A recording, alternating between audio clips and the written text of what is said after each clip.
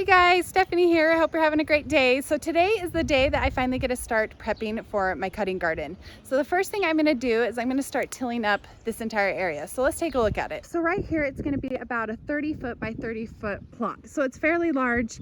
We had a huge pile of stuff that we had to clean up. We dug it up, burned it, and I've laid out some compost. It's Fertimulch and premium topsoil to give it a little added nutrients. I got my soil test taken. I took out 6 different spots from this garden, and then I blended them all and I sent them off to a soil lab.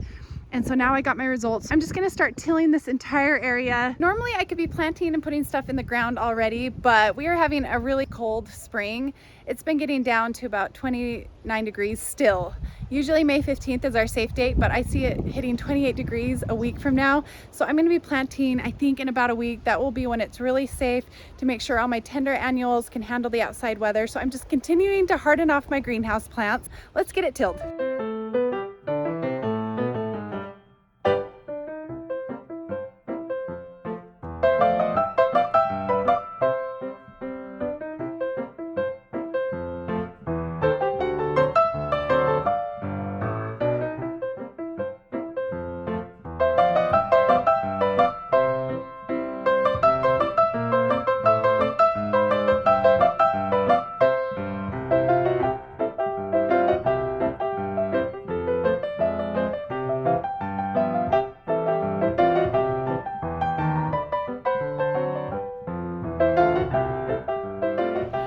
Okay, I am done tilling. That was awesome. I actually went around with a rake and made it as level as possible. The drip line is going down.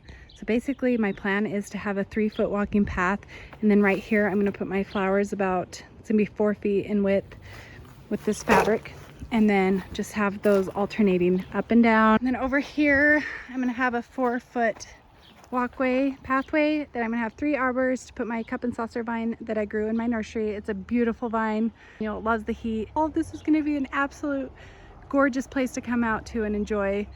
Now that the drip is down, I'm just gonna start laying down some fabric, and I'm gonna hold it down with some garden staples. Yay, all of my fabric is laid down. I cannot believe how much bird poop is on there already. Anyways, I gotta get my plants in the ground ASAP. It's getting hot and they're outgrowing their containers. Thankfully, in the next few days, we're gonna have a rainstorm. So I delivered 8 yards of mulch. This is just kind of, it looks like a triple shred type mulch, but this way I can just keep this fabric nice and cool and moist so it won't burn my plants. So I just gotta start laying this down. I'm gonna start putting it in my pathways first, and then I'll plant my flowers, and then I'll cover my flowers as I go along.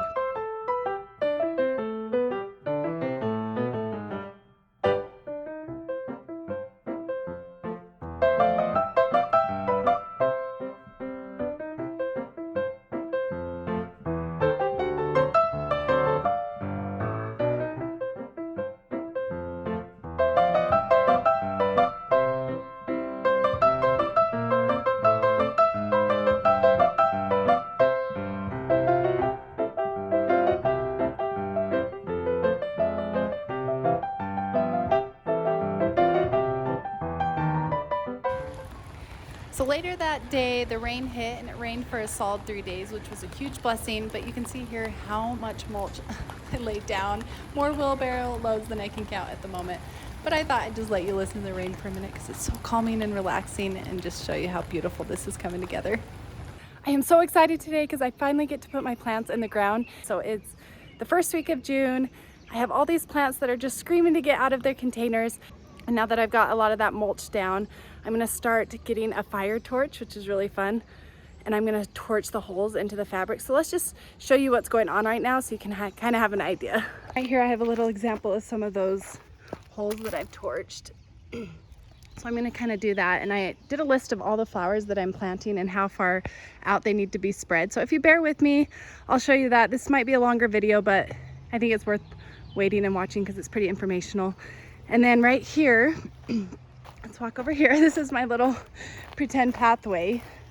Sorry, I'm gonna get on the other side so I don't have that weird shadow.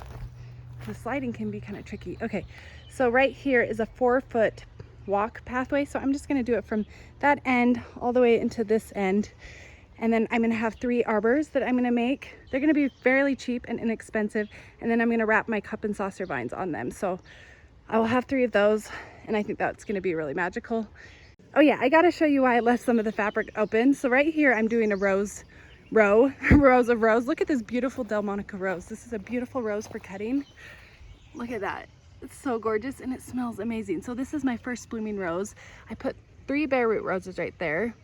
And so I have to leave those open for roses. And then right here, I have a little opening. So I don't have a lot of dahlias that I'm gonna plant, but this is my first year, so I'm doing some experimentation. This area gets shade at about 2:30. And then this area gets full sun all the way up until 4. So I think dahlias in my climate will like a little bit of shade from that intense afternoon sun. So I left those open just because they're tubers and I can't plant them in little holes like that. And then they're gonna spread and come out. So the fabric would have just inhibited their growth. Okay, so let's go ahead and get torching. So to torch my holes, I just bought this Burnzomatic thing. Basically all it does is you click it right here and it just, you can't see the flame, but it just puts out a flame. So it makes it really easy.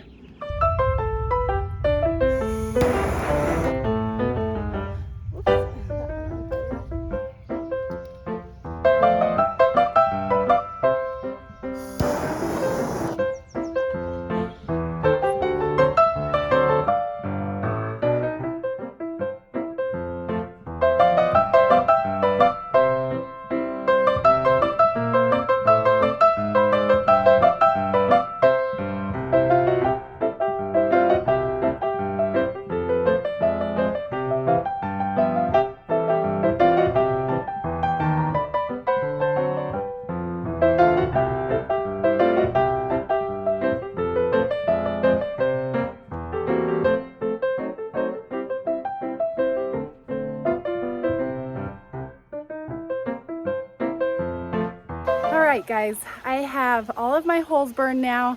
This is so much more work than I anticipated. I had envisioned just a fun cutting flower, but definitely props to those cutting flower farms because this is, well, I think it's not helping that it's like freaking hot out here, and then that torch was adding some heat and then it was burning stuff. I was having a little campfire. But what I've done now is I've set out all of my flowers, so I'm gonna go around and show you what I'm gonna be planting. So I'm really proud of myself because I have been working my butt off growing seeds. So all of these plants that I'm putting down, I grew from seed. It was so fun to have a greenhouse. If you haven't checked out that video, we built a greenhouse in the last 3 months. And then I'll just show you how I'm gonna space them and then I will start planting them. I cannot wait. Definitely need to get some water though. I'm starting to get really lightheaded. I am sweating. It's probably like 90 degrees out here. This row right here gets the sun, like I said, all day long. It doesn't shade very early. So right here I have zinnias. Look at them. They just want to get out of their containers. I have about 22 zinnias. I have a giant white variety and then the polar bear variety. So those are going to be some white, beautiful zinnias. And then I added some queen lime blush, which have a little hint of subtle pinks and greens kind of mixed in. I'm really excited about that one. That's probably the one I'm most excited about. So basically with my zinnias, I just planted them about 12 inches apart. And then as soon as the zinnias get about 12 inches tall, which some of them are looking like that, then you can pinch them and that just promotes more blooms and lateral growth and ironically longer stems. Now let's walk over here. My cosmos are doing awesome. I've actually already pinched my cosmos. So I can't remember the variety, but I love cosmos. These are going to be absolutely beautiful. Just the texture alone on those leaves provides such nice interest. I actually have one that's starting to come out already. So I bought some from the store last year and I put them in the ground too early and they just struggled. They actually never got this big. So I'm off to a great start because I put them when the temperatures were below 50. Cosmos do not like that. And I've been feeding them with a lot of nice fertilizer. So this is awesome. And then I have some more zinnias right here. So zinnias are one of the easiest flowers to grow from seed, but they are the toughest in my climate. They like the heat. They're a little bit more drought tolerant and they're beautiful. Beautiful as a cut flower and they last so long in a vase. So why wouldn't you grow zinnias? But right here I also have some Cinderella peach varieties. I'm really excited because at that end I have some lilac, Cinderella lilac. I think those are going to be really pretty together. So I have quite a few zinnias. I'd say about 40 zinnias, and then right here this is about 22 cosmos. Okay, let's move on to my little rose. Starting to come out of their dormancy a little bit. See, it's starting to grow out here. But this is the Lady Gardner orange rose, and it's great for cutting and it's doing really good. It's starting to come out of that dormancy. Beautiful as a cut flower. I actually transplanted this rose from one of my flower beds. This is the Alnwick Dave Austin rose. And then right here, this one is kind of small, but it's barely starting to come out. This is my Delmonica rose. Look how beautiful. I know I already mentioned it. It smells so good. I wish you guys could be here and smell it. Phenomenal cutting rose, but it grows up kind of tall, about 5 feet tall, and then it gets 2 to 3 feet wide. So I forgot to add with my cosmos is you want to plant them about 12 to 18 inches apart. I chose 12 inches and we'll see what happens. If I feel like they need more space next year, I'll plant them 18 inches apart. Okay, right here, these are only spaced about 6 inches apart. Well, I guess they look more like 8 inches to 9 inches apart. But that is for my white night sunflower. For single stem sunflowers, you can plant them closer together. Everything is starting to get blossoms. Look at that. And then over here, I'm going to be also planting some of my straw flower. So they kind of look like sunflowers, so I thought they'd plant them together, and they're a little smaller bush, so I can plant them closer together. So I have some apricot straw flower and some, let's see what this one is, purple red straw flower. They're a cool flower. I've never grown them before. I've just seen them on pictures. So I'm excited about that, but they're great for drying and for vases. Right here are my dahlia tubers. They're doing really good. I pre-started them in my greenhouse. I did notice the ones I bought from Longfield Gardens were much healthier and they just really took off. So all these healthy ones are from them. But I can't even remember which varieties I planted, so it's gonna be a surprise. That actually makes it kind of fun though. So with dahlias, these are all tall varieties. I will plant them 18 inches apart. So we will find out what they look like. If you guys wanna know, subscribe, because I'm gonna be updating this. It's gonna be kind of interesting. Can't even tell you what I planted.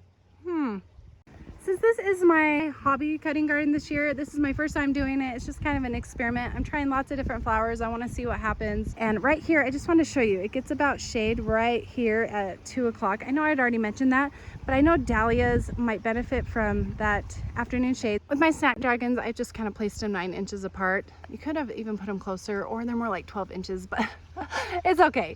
I'm not trying to make money off of this year. I did already pinch them, so I want to show you an example of one that... Okay, so as you can see right here, it's starting to get, once you pinch them, it promotes that lateral growth. Whoops, I have a dead leaf right here. It was kind of windy last night. I'm really excited to see how these go. Right here is my Chinese forget-me-not. I planted them 12 inches apart. These were super easy to grow from seed. They just took right off from the beginning. I didn't even have to really try. And they get bigger than the perennial blue forget-me-not, and those perennial blue forget-me-nots are a little bit, well, I guess they're biennials, but they're very invasive. So this way I can get some fun forget-me-nots that I love so much, but I don't put them in my yard because I don't want them spreading all over. And they're a great, beautiful blue flower for cutting. They're kind of a filler. So right here is copper plume. I'm really excited about this one. Look at those beautiful purple leaves. So the blooms are kind of more feathery, and they're kind of grown for texture in bouquets rather than for blooms. So I think they're really going to be a nice accent with all these other flowers. Right here is the red spike amaranth. Look at the color of those leaves. If you're familiar with amaranth, when they grow, they get these blossoms that just kind of drape, which make it really elegant for a cutting bouquet. Anyway, first time growing these, so we'll see what happens, but I do need to space these out a little bit more like 18 inches, so that's what I did here. They get pretty big and tall. Okay, so I have some celosia here. This is also for texture, and it gets really feathery plumes.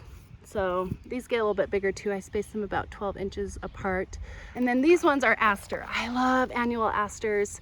These are gonna be great. These were definitely one of the easier ones to grow, and they just have beautiful fully petaled blossoms. And then I'm going to show you the very last one I'm planting. This is the caramel phlox. So these are taking forever to grow. I don't know if it's because they're in these little containers. They're just taking forever. So look how small they are. I don't know how well they're just like so small and such little babies. I don't know how they're going to handle being in this soil, and if they're just going to get too much water on this drip system, because the other ones need a little bit more. And then right here I have some dianthus. Some are already in bloom. Oh, these containers have been an absolute nightmare. Don't ever buy these. They just soak up all of the moisture, and they've just made it so impossible to keep these moist. Look at these dianthus.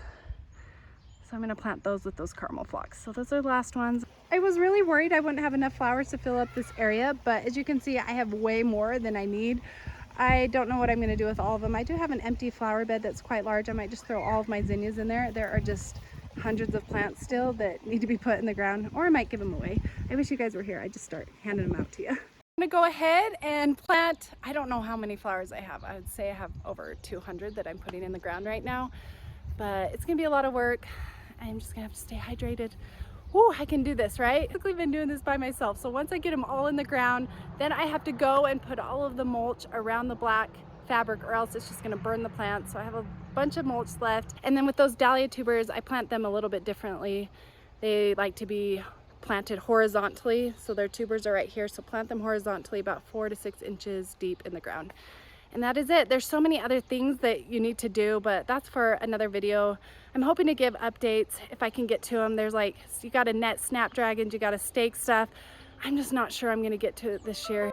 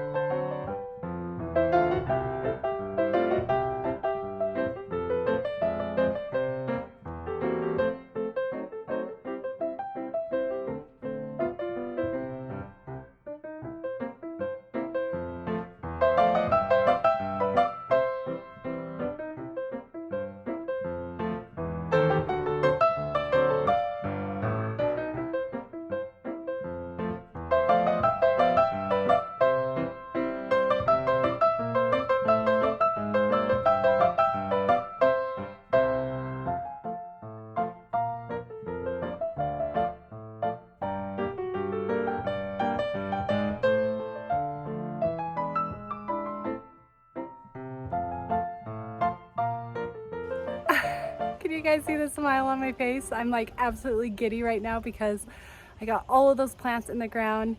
I have to say the biggest relief, probably the stuff that made me the most happy, was getting those plants out of those, I'm gonna call them plant killing containers, because that's what they do.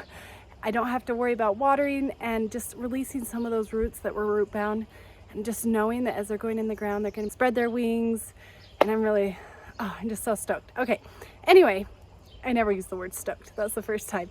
I am gonna go ahead and just get the mulch all over it now, and then I will show you what it looks like.